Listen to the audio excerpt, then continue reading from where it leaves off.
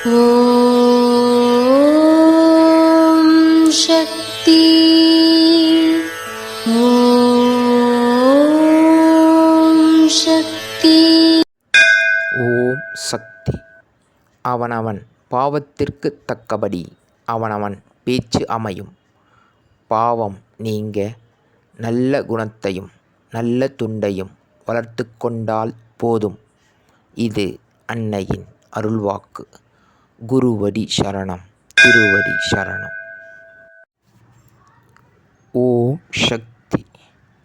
சக்திகளே, உங்களுடைய கருத்துக்கள் மற்றும் அனுபவங்களை கீழ்காணும் மின்னஞ்சல் முகவரிக்கு வீடியோ வடிவிலோ ஆடியோ வடிவிலோ எங்களுக்கு அனுப்பவும்.